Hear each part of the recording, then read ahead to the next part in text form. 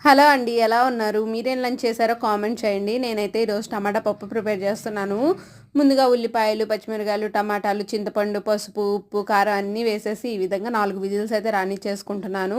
ఈలోపు అన్నం కూడా అయిపోయింది. ఇంకా తర్వాత టమాటా పప్పులోకి ఏ కాంబినేషన్ బావుంటదో అని ఆలోచించి ఈ విధంగా ఆలు ఫ్రై అయితే చేస్తున్నాను. ఆలు ఫ్రై కాంబినేషన్ టమాటా పప్పు చాలా బావుంటది కదా!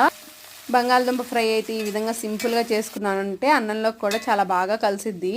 ఇంకా తర్వాత టమాటా పప్పులోకి ఏ ఏ కాంబినేషన్ బావుంటాయో కామెంట్ చేయండి. నాకైతే అప్పడం నంచుకున్న చాలా ఇష్టము. దాంతో పాటు ఆమ్లెట్ కూడా బావుంటది. మా వారికైతేనేమో ఉప్పు చేప అంటే చాలా ఇష్టం. కానీ ఉప్పు చేప ఇంట్లో ఉంటే వాసన వచ్చిద్దని చెప్పేసి తెచ్చిన వెంటనే అయిపోగొట్టేస్తూ ఉంటాను. ఇంకా తర్వాత ఆలు ఫ్రైలు ఈ విధంగా చున్నులపై కారం కలుపుకున్నామంటే ఉట్టి ఆలు ఫ్రై తిన్నా కూడా చాలా బావుంటది. ఇంక ఈలోపు మా వాడొచ్చేసి పప్పుకైతే ఎనుపుతా ఉన్నాడు.